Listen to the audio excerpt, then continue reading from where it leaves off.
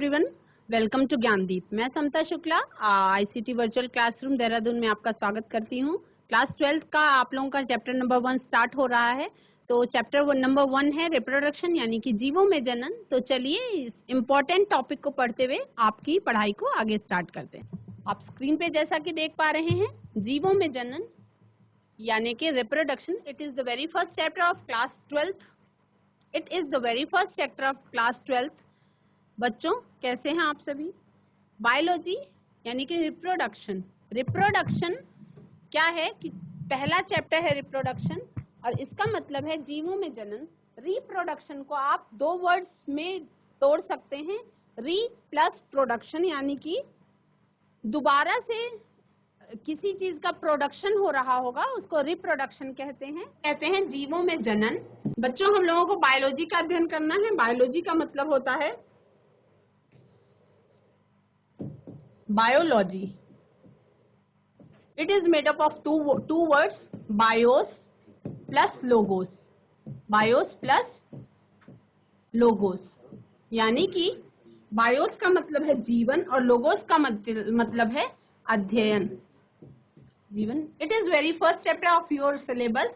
जीवन, logos को कहते हैं हम अध्ययन, और ये दोनों मिल करके बायोलॉजी शब्द का निर्माण करते हैं, जो कि एक कौन सा वर्ड है बच्चों? जो कि एक ग्रीक वर्ड है, जो कि एक ग्रीक वर्ड है। ठीक है, यानी कि जीवों का अध्ययन ही क्या कहलाता है? बायोलॉजी कहलाता है। तो जीवों का अध्ययन ही क्या कहलाता है? बायोलॉजी कहलाता है। क्या हम में जीवन है? यदि हमारे अंदर जीवन है तो मतलब हम सजीव हैं। और इस पेन में क्या जीवन है? इस पेन में जीवन नहीं है, यानी कि ये निर्जीव है। तो आप इस बायोलॉजी शब्द से समझ पा रहे हैं कि सजीवों का अध्ययन क्या कहलाता है? जीव विज्ञान कहलाता है।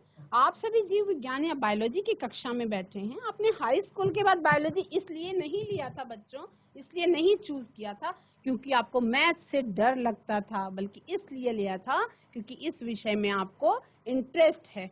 और पेन पेपर के साथ बहुत ध्यान से पढ़िएगा। आपको अगर नीट के एग्जाम को क्लियर करना है और बोर्ड में अच्छे मार्क्स लेके आने हैं तो मन लगा के पढ़ना होगा, क्योंकि मैं ये देख रही हूँ कि इस क्लास में भविष्य के चिकित्सा क्षेत्र में काम करने का सपना लेकर के बहुत सारे बच्चे बैठे हुए हैं। बहुत सारे फ्यूचर के डॉक्टर्स इस क्लास में बैठे हुए हैं। चलिए come to the point. Biology ये शब्द किसने दिया था? जीव विज्ञान शब्द किसने दिया था बच्चों? तो जीव विज्ञान शब्द दिया था। जीव विज्ञान शब्द किसने दिया था? जीव विज्ञान शब्द किसने दिया था? जीव विज्ञान शब्द सर्वप्रथम लैमार्क और ट्रेवेलियस सर ने दिया था।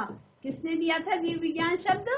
जीव विज्ञान शब्द दिया था सर लैमार्क और ट्रेवेलियस ने। लैमार्क एंड ट्रेवेलियस ने किसने दिया था? जीव विज्ञान शब्द दिया था सर लैमार्क और ट्रेवेलियस ने। और जीव विज्ञान के जनक कौन है? फादर ऑफ बायोलॉजी कौन है? Who is the father of biology? तो फादर ऑफ बायोलॉजी हैं। You have to learn these names, क्योंकि ये 1 नंबर के क्वेश्चन में आपसे नीट में पूछ लेगा। इस चैप्टर से कम 5 क्वेश्चंस आते हैं नीट में, जो एक बार आपने लर्न कर लिए तो आपको कभी नहीं भूलेंगे। तो लर्न आपको करना ही होगा, और लर्न कर लेंगे एक बार तो दोबारा से नहीं भूलेंगे। एरिस्टोटल है और इनको हम हिंदी में कहते हैं अरस्तु। सर अरस्तु कौन है? फादर ऑफ बायोलॉजी यानी कि जीव विज्ञान के जनक। जीव विज्ञान के जनक कौन है? फादर ऑफ बायोलॉजी कौन है? सर अरस्तु। इसके बाद ध्यान से सुनिएगा, Guinness book of world record में बताया गया कि सबसे बड़ी शाखा विज्ञान की कौन सी है? जीव विज्ञान है। ये कौन सी है? बहुत ही लेंदी है, बार बार इसको आपको रिवाइज करना पड़ेगा। तो जीव विज्ञान क्या है? लेंदी है प्लस इंटरेस्टिंग भी है। Biology is a very lengthy subject as well as it is very interesting subject. क्यों इंटरेस्टिंग है? इसलिए इंटरेस्टिंग है क्योंकि इसमें आपको बॉडी के बाहर और बॉडी के अंदर अपने ही शरीर के अंदर क्या प्रक्रियाएं हो रही हैं इसको जानने का अवसर मिलता है। इसलिए ही ये इंटरेस्टिंग है। इतना ही होना इस सब्जेक्ट के लिए बहुत बड़ी बात है। यही इस सब्जेक्ट को इंटरेस्टिंग बनाता है कि ये आपका सच से परिचय करवाता है। जीव विज्ञान के जनक कौन है? सर अरस्तु। जंतु विज्ञान, अच्छा देखो, जीव विज्ञान के दो बच्चे हो गए, जीव विज्ञान के दो बेबीज हैं। एक तो है जंतु विज्ञान, जंतु विज्ञान, और दूसरा है वनस्पति विज्ञान। वनस्पति विज्ञान, ठीक। जंतु विज्ञान को हम इंग्लिश में क्या कहते हैं? जूलॉजी। और वनस्पति विज्ञान इंग्लिश में कहलाता है बच्चों बॉटनी। एकदम। अब जंतु विज्ञान के जनक कौन है? अब जीव विज्ञान के जनक समझ में आ गया तो आपको जंतु विज्ञान के भी जनक देखना है। जंतु विज्ञान के जनक हैं सर अरस्तु। जंतु विज्ञान के भी जनक कौन है? सर अरस्तु। और जीव विज्ञान वनस्पति विज्ञान के जनक कौन है? इनके जनक हैं सर थियोफ्रेस्टस। इनके जनक कौन है? Sir Theophrastus. को लर्न करना है आप लोगों को, यानी कि 4 नाम याद करने हैं। एक तो जीव विज्ञान के जनक कौन है? सर अरस्तु। जंतु विज्ञान के कौन जनक हैं? सर अरस्तु ही जंतु विज्ञान के भी जनक हैं। उसके बाद बॉटनी के यानी कि वनस्पति विज्ञान के जनक कौन है? सर थियोफ्रेस्टस हैं। इसका मतलब क्या हुआ कि अरस्तु के 2 बच्चे हो गए हैं, एक तो जंतु विज्ञान और दूसरा जीव विज्ञान। अब वनस्पति विज्ञान के जनक कौन है? थियोफ्रेस्टस हैं। जीव विज्ञान शब्द दिया किसने था? लैमार्क और ट्रिवेरिनस ने। जीव विज्ञान शब्द दिया किसने था? लैमार्क और सर ट्रिवेरिनस ने। इन चीजों को नोट करिए, ये सारा 1 नंबर के क्वेश्चन में आता है। और एनसीईआरटी अपनी साथ में रखिए। आगे चलते हैं। अब मैं और आप क्या हैं? सजीव हैं। ये पेन क्या है? ये निर्जीव है। तो दोनों में क्या अंतर है? दोनों में क्या अंतर है? यानी कि सजीव में, मेरे में और इस पेन में क्या अंतर है? मेरे में और इस पेन में क्या अंतर है? सजीव और निर्जीव। एकदम वेरी बेस से स्टार्ट करेंगे। सजीव और निर्जीव में क्या अंतर है? सजीवों में क्या होता है बच्चों? सजीवों के कौन कौन से लक्षण होते हैं? ये कोशिका से बने होते हैं। It is made up of cells, made up of cells, यानी कि जो सजीव होते हैं वो कोशिका से बने होते हैं। और निर्जीव क्या है? किसी भी प्रकार की किसी भी कोशिका से मिलकर के नहीं बने होते, या प्लास्टिक या लोहे से मिलकर के बने होंगे, ठीक है। सजीवों का दूसरा लक्षण क्या है? इसमें क्या चलती रहती हैं? बायोकेमिकल रिएक्शंस चलती रहती हैं। बायो केमिकल रिएक्शंस चलती रहती हैं। अब छोटे बच्चे हैं तब हम बोलेंगे सजीव है जो चलता है, दौड़ता है, गति करता है, सांस लेता है, वही सजीव है। लेकिन अब आप now you are in class 12, तो आप ये नहीं कह सकते हैं कि जो चल रहा है, गति कह रहा है, वही सजीव है ना। क्योंकि कार भी तो चल रही है, कार भी तो गति कर रही है, तो क्या वो सजीव है? नहीं ना। तो आपको डीप में जाना है। और सजीव का सेकंड लक्षण क्या है? कि इसमें बायोकेमिकल रिएक्शंस होती रहती हैं, जिन्हें क्या कहते हैं? इन्हीं बायोकेमिकल रिएक्शंस को हम क्या कहते हैं? मेटाबॉलिज्म कहते हैं। इन्हीं बायोकेमिकल रिएक्शंस को हम क्या कहते हैं? मेटाबॉलिज्म कहते हैं, जिसे हम हिंदी में उपापचय अभिक्रियाएं कहते हैं। और यही अभिक्रियाएं प्रकट करती हैं जीवन को। अब कोई पूछे क्या बायोकेमिकल रिएक्शंस होती है निर्जीवों में? नहीं होती। मेटाबॉलिज्म होता है निर्जीवों में? नहीं होता है। तो मतलब कोई पूछे कि जीवन क्या है, जीवन क्या है, तो जीवन क्या है? What is life, यानी कि जीवन क्या है।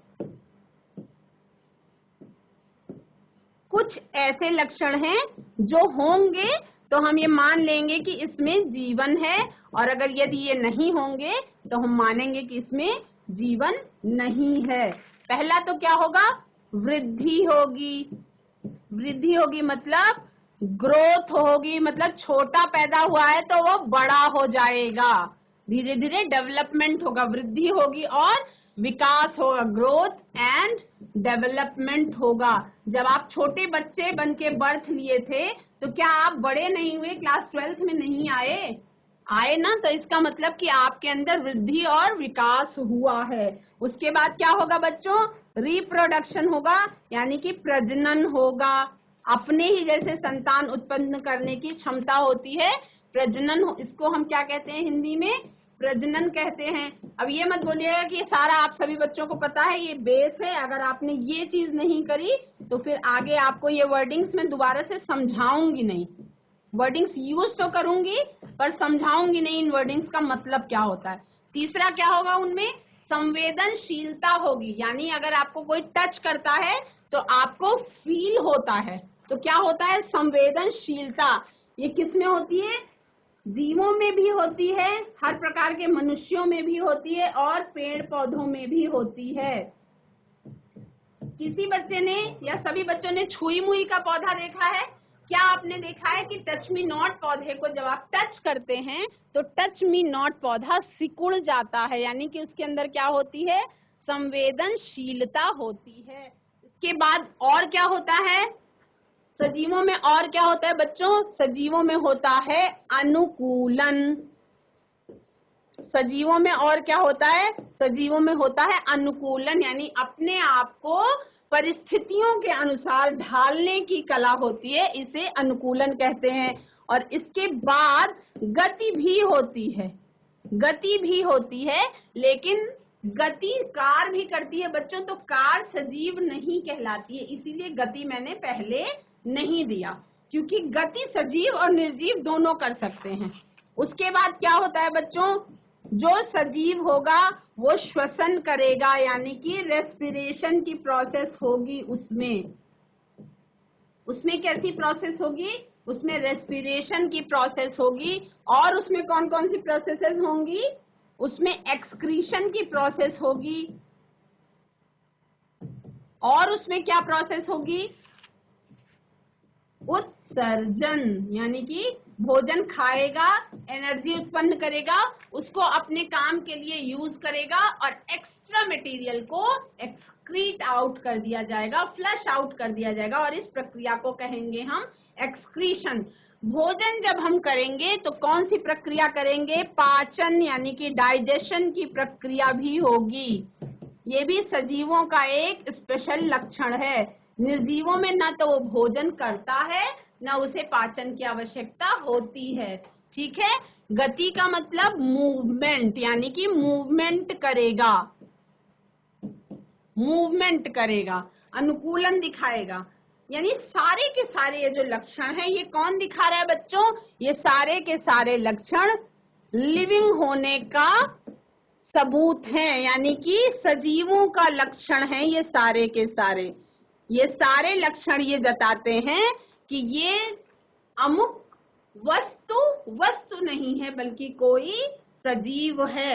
अब जो पॉइंट नंबर 4 है रिप्रोडक्शन, जो मैंने आपको पहले बता दिया, एक और इसमें पॉइंट है प्रजनन। पॉइंट नंबर 2 है ये जो प्रजनन, ये क्या दर्शा रहा है, यही पॉइंट आपका दर्शाता है जीवन को।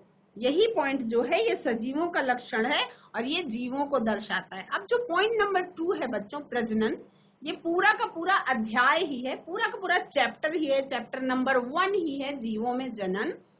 तो अब क्या करेंगे, पुरानी चीजों को रिलेट करते हुए हम नई चीजों को पकड़ेंगे। ये पहला ही टॉपिक है, पहला ही यूनिट है, जीवों में जनन। इसका पहला पॉइंट है जीवन अवधि, यानी कि जन्म से लेकर के जीवन अवधि कहते हैं। चैप्टर नंबर 1 जीवों में जनन, जीवन अवधि, जीवों के जन्म से लेकर के उसकी प्राकृतिक मृत्यु तक की अवधि को क्या कहते हैं, उस जीव का जीवन अवधि या लाइफ स्पैन कहते हैं। बच्चा क्या करता है, ह्यूमन बीइंग की बात करेंगे, क्योंकि now you are in class 12, तो हम अलग जीवों के बारे में बात ना करते हुए सीधा इंसानों की बात करेंगे। हम अपने और आपके बारे में बात करेंगे। बच्चा क्या करता है, जन्म लेता है, उसके बाद क्या होता है बच्चों, उसका डेवलपमेंट होता है, यानी कि परिवर्धन होता है, यानी कि क्या होता है, विकास होता है। उसके बाद वो एडल्टहुड में आता है। वयस्क अवस्था से पहले उसकी किशोरावस्था आती है, उसके बाद मैच्योरिटी आ जाती है और वो वयस्क अवस्था आ जाती है। उसके बाद क्या करता है इंसान, जनन की प्रक्रिया करता है, रिप्रोडक्शन की प्रोसेस होती है।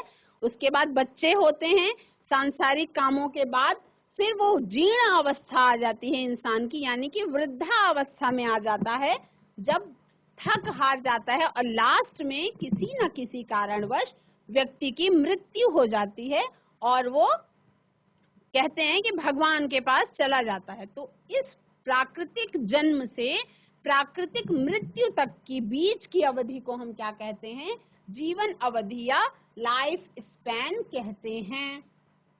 क्या कहते हैं, birth to natural death. Life span किसे कहते हैं, time between birth to natural death. अब जन्म और प्राकृतिक मृत्यु के बीच का जो टाइम है उसे ही हम क्या कहते हैं बच्चों, लाइफ स्पैन कहते हैं। ये सारा का सारा आपको याद रखना है। ये सब प्रश्न बोर्ड एग्जाम में, नीट के एग्जाम में पूछे जाते हैं और अलग अलग जीवों की जीवन अवधि अलग होती है। आप सभी बच्चों को अपने साथ अपनी बुक साथ में रखनी है ताकि पॉइंट समझ में आए। आप ये मान के चलिए कि आपकी बुक से हर लाइन से एक क्वेश्चन उठ सकता है, हर एक लाइन से एक क्वेश्चन उठ सकता है। मैंने आपको जितना लेक्चर दे दिया, इस लेक्चर में कम से कम 10 क्वेश्चन इजीली बन सकते हैं, ऑब्जेक्टिव टाइप क्वेश्चंस है ना। तो आपको जीवन अवधि पेज नंबर 2 पे आपको कुछ जीवन अवधि दी हुई है कुछ चीजों की, जिसमें कुछ चीजों की जीवन अवधि दी हुई है और कुछ चीजों की नहीं दी हुई है। तो मुझे आपको जो चीजों की नहीं हुई है वो चीजों की आपको जीवन अवधि बतानी होगी। 5 की जीवन अवधि आपको बता दी गई है और 9 की जीवन अवधि आपको बतानी है, जिसमें से हाथी जीवन अवधि किसे कहते हैं। सब बच्चे कहेंगे मैम ये क्या बेवकूफी वाली बात कर रही हैं कि जीवन अवधि, हम इतने बड़े हो गए क्लास 12th में और आप कह रही हैं कि जीवन अवधि किसे कहते हैं। लेकिन हाँ बच्चों, जानना आवश्यक है। अगर किसी ने सुसाइड कर लिया तो बर्थ से सुसाइड के बीच के टाइम को जीवन अवधि नहीं बोलेंगे।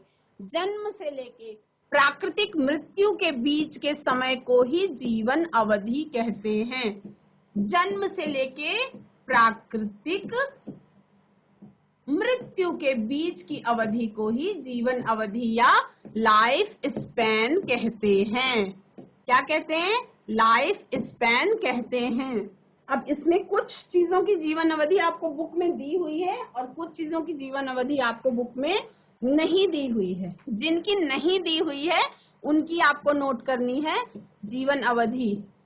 हाथी की जीवन अवधि कितनी है बेटा, ये 60 to 75 इयर्स तक जीवित रह सकते हैं, यानी कि 60 से लगभग 75 साल तक जीवित रह सकते हैं। ये कोई नपातुला एग्जैक्ट नहीं है, रिसर्च ये कहते हैं कि 60 से 75 साल तक जीवन अवधि एक हाथी की होती है।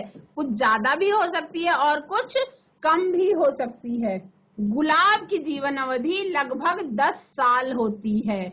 गुलाब के पौधे की जीवन अवधि लगभग 10 साल होती है। कुत्ता यानी कि डॉग की जीवन अवधि 25 साल की होती है, यानी 25 साल में हमारे यहाँ का बच्चा यंग होगा और डॉग का बच्चा बुजुर्ग होके खत्म हो जाएगा, यानी उसकी जीवन अवधि ही 25 साल की है। इससे ज्यादा वो जीवित नहीं रह सकता। गाय की जीवन अवधि कितनी है, इसकी भी जीवन अवधि 25 इयर्स है। उसके बाद केले का जो पेड़ होता है उसकी जीवन अवधि कितनी है, आइए देखते हैं।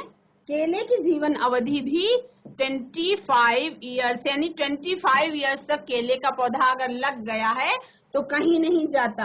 उसके बाद घोड़ा की आपके बुक में नहीं दी हुई है जीवन अवधि, आपसे पूछी गई है, तो घोड़े की जीवन अवधि भी टेंटेटिव 50 इयर्स मानी गई है। उसके बाद घरेलू मक्खी आती है, घरेलू मक्खी यानी कि हाउस फ्लाई, जो घरों में उड़ने वाली मक्खी होती है उसे हम घरेलू मक्खी कहते हैं। इसकी जीवन अवधि है 1 मंथ। उसके बाद बचता है बच्चों बरगद। बरगद के पेड़ की जीवन अवधि सबसे ज्यादा मानी जाती है 200 इयर्स। तभी बोलते हैं कि बहुत पुराना ये बरगद का पेड़ है, इसकी जड़ें देखो कितनी लंबी लंबी लटक रही हैं। उसके बाद एक और चीज है जिसकी जीवन अवधि आपको जानना है, और वो है केवल 4 महीने में कंप्लीट हो जाने वाला, 3 to 4 मंथ्स में कंप्लीट हो जाने वाला धान का पौधा। 3 to 4 मंथ्स में ही कंप्लीट हो जाने वाला धान का पौधा। तो अब जिसने की जीवन अवधि दी हुई है, कौवा की 15 वर्ष, तोता की 140 इयर्स, टॉर्टोइज की 100 to 150 इयर्स, क्रोकोडाइल की 60 इयर्स। जिनकी नहीं दी हुई है उनकी मैंने आपको बता दिया है।